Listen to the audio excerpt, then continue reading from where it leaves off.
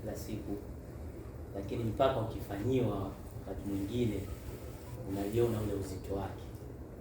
Katika mambo ambayo yamenishtua na ameniwekea deni kubwa sana ni kushuka airport pale Dar es Salaam na kutoka nje kwa kuta kwanza waumini wenzangu wa Masjid Nur Mbweni wote kwa umoja wao nawafahamu, lakini na wazee wangu wakina mzee Swali, wallahi kumwona mzee Khalifa mimi machozi yametoka.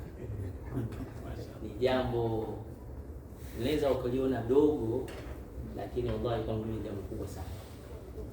Nawashukuru sana kwa wema huu mlionifanyia. Mwanzo wakati naenda safari yangu ya hija tulikutana hapa, kaniombea dua, wallahi na zile dua zimefanya kazi.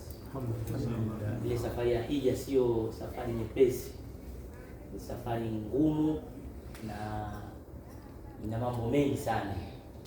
Katika mambo ambayo mtu asingependa kabisa yamtokee katika hija, kuumwa, kupata matatizo yoyote. Kuna matatizo mengi, kuna kuumwa ukashindwa kufanya ibada za msingi katika hija, kwa sababu hija ina ibada za msingi.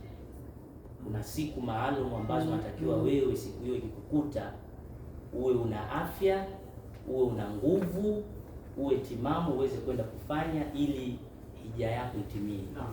Na mimi namshukuru Mwenyezi Mungu alhamdulillah, katika siku hizo ambazo zilikuwa siku za hija zenyewe, alhamdulillah nilikuwa na afya njema na niliweza kufika na kufanya mambo mengi wallahi. Lakini kubwa nawaambia kwamba mimi niliwaombea dua. Amin.